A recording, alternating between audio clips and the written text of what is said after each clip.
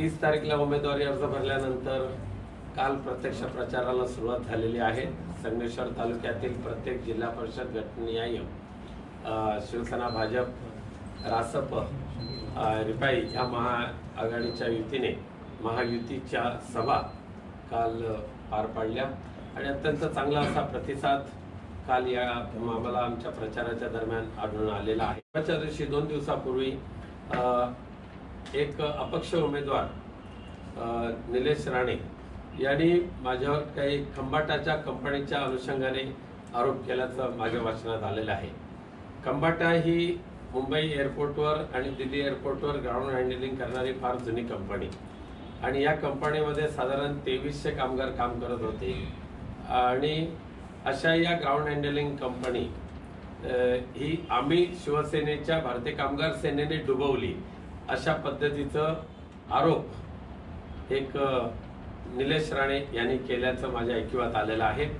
फक्त एकच निलेश राणेंना आपल्या मार्फत मला सांगायचं आहे की खंबाटा युनिटमध्ये 3 युनियन होत्या, त्याच्यापैकी एक भारतीय कामगार सेना, दुसरी महाराष्ट्र समर्थ कामगार संघटना की ज्या संघटनेत ज्या युनियनचं नेतृत्व आमदार नितेश राणे हे करत होते आणि तिसरी युनियन होती ऑफिसर्स असोसिएशन ही माननीय स्वर्गीय शरद राव हे चालवत होते। त्यामुळे 2010 ची ॲग्रीमेंट असेल, 2014 ची ॲग्रीमेंट असेल, ह्या दोन्ही ॲग्रीमेंट जशा भारतीय कामगार सेनेने केल्या तसंच त्या ॲग्रीमेंटवर महाराष्ट्र समर्थ कामगार संघटनेच्या वतीने आमदार नितेश राणे यांनी सुद्धा सही केलेली आहे। खंबाटाचा आरोप केवळ भारतीय कामगार सेनेवर लावत असताना महाराष्ट्र समर्थ कामगार संघटना ही सुद्धा अनरेकग्नाइज्ड युनियन जी होती त्यांची सुद्धा जबाबदारी त्यावेळेला होती। त्याचबरोबर खंबाटाचे एम्प्लॉईज कोऑपरेटिव्ह क्रेडिट सोसायटी ही पूर्णपणे महाराष्ट्र समर्थ कामगार संघटनेकडे होती आणि त्या एम्प्लॉईज क्रेडिट सोसायटीमध्ये सुद्धा जवळजवळ 2 ते 2.5 कोटी रुपयाचे कामगारांची देणी जी आहे ती देणी कामगार मागण्यासाठी न्यायालयामध्ये सुद्धा गेलेले आहेत, पण त्या क्रेडिट सोसायटीचं कारभार सुद्धा समर्थ कामगार संघटनेकडे होता। त्यामुळे जी जबाबदारी भारतीय कामगार सेनेची असेल असं जे म्हणतात त्यांनी समर्थ कामगार संघटनेची सुद्धा जबाबदारी होती की नाही ते सांगावं। पण मला समर्थ कामगार संघटनेला याच्यामध्ये दोषी पकडायचं नाही। जी खंबाटा एव्हिएशन जी बंद पडली 2009 पासून ती अत्यंत नुकसानीत चाललेली होती।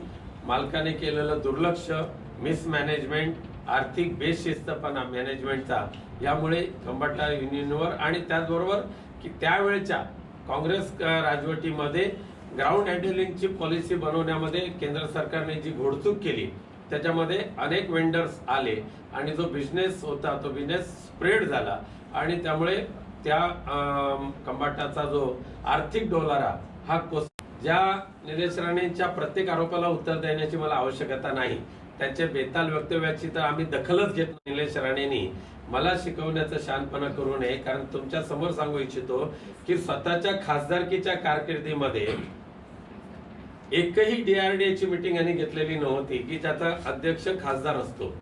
पुन्हा एकदा निलेश राणेंना सांगू इच्छितो की जर वेळ मिळाला आणि तुमचं जर पटत असेल तर आपल्या बंधुराजांशी बोला की जे बंधुराज समर्थ कामगार संघटनेचा कारभार करत होते।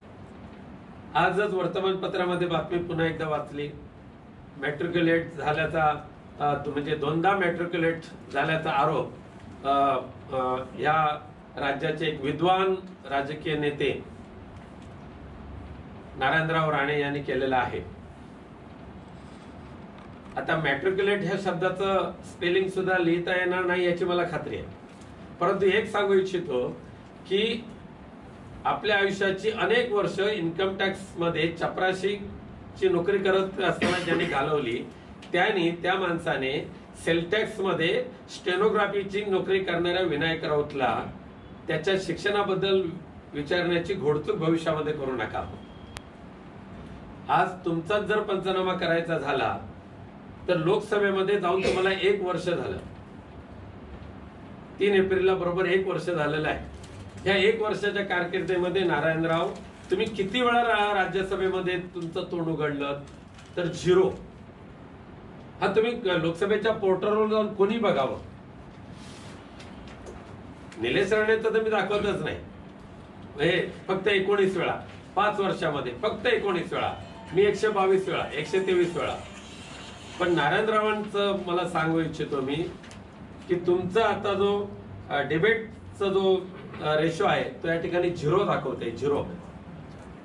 त्यामुळे वर्षभरात तुम्ही काय दिवे लावले राज्यसभेमध्ये जाऊन ते एकदा सांगा ना. तुमच्या विद्वान बुद्धिमत्तेला आधारित तुम्ही काय दिवे लावले ते पण एकदा सांगा. पण स्वतः मात्र अडाणी आणि दुसऱ्यांना शहाणपण शिकवण्याचं काम नारायण रावांनी सोडून द्यावं. विधानसभेचं विरोधी पक्ष नेतेपद भूषवत असताना जी अनेक पुस्तकं लिहिली, ती पुस्तकं लिहित असताना कोणाकडून चारोळ्या लिहून घ्यायच्या, कोणाकडून लेख लिहून घ्यायचे, कोणाकडून भाषण लिहून घेतली नारायणराव मला चांगलं माहिती. आम्हाला ही लोकसभा आम्ही केलेल्या कामाच्या जोरावर, ह्या विकासाच्या प्रश्नावर, देशाच्या महत्वाच्या प्रश्नावर ह्या लोकसभेच्या निवडणुकीला आम्ही सामोरे जाणार आहोत. आम्हाला कोणाची उणीधुणी काढायचीच नाहीये. शिवसेना भाजपकडे अद्यापही गद्दारी आणि बेईमानी शिरलेली नाहीये, जी मोठ्या राण्यांच्या रक्तामध्ये भिनलेली आहे. आम्हाला दखल घेण्याची गरज नाही. आमच्या प्रत्येक कार्यकर्त्यावर आमचा अत्यंत दृढ विश्वास आहे. राणेंच्या या भूलतापा ह्या नेहमीच्याच झालेल्या आहेत, आजच्याच नाही. हा माझा आहे, तो माझा आहे, तो माझा आहे सांगायचं आणि पाठीत खंजीर खुपसायचं, ही रणनीती माहिती आहे. त्यामुळे काल सुद्धा सिंधुदुर्ग मधून किती गाड्या आल्या त्याचा जर अभ्यास केला तर तुम्हाला माहिती पडेल. मग कोल्हापूरवरून किती आल्या, रायगडवरून किती आल्या, मुंबईवरून किती आल्या, नवी मुंबईवरून किती आल्या. तरी हा समाधानी ठीक आहे, त्यांचं त्यांना लकलाभ आणि डिपॉझिट जपतो. काँग्रेस हा या देशातला सर्वात जुना पक्ष आहे. काँग्रेस पक्षाची पारंपरिक मतं आजही आहेत या ठिकाणी आणि त्यामुळे स्वाभिमान हा आळवावरचं पाणी आहे.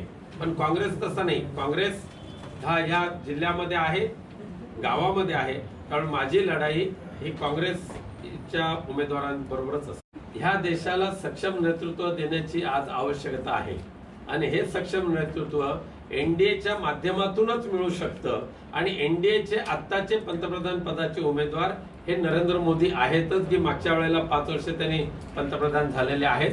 त्यामुळे भविष्यामध्ये सुद्धा एनडीएचा पंतप्रधान होईल, मोदी साहेब असतील किंवा एनडीएचा तो निर्णय असेल. सर्वांना धन्यवाद.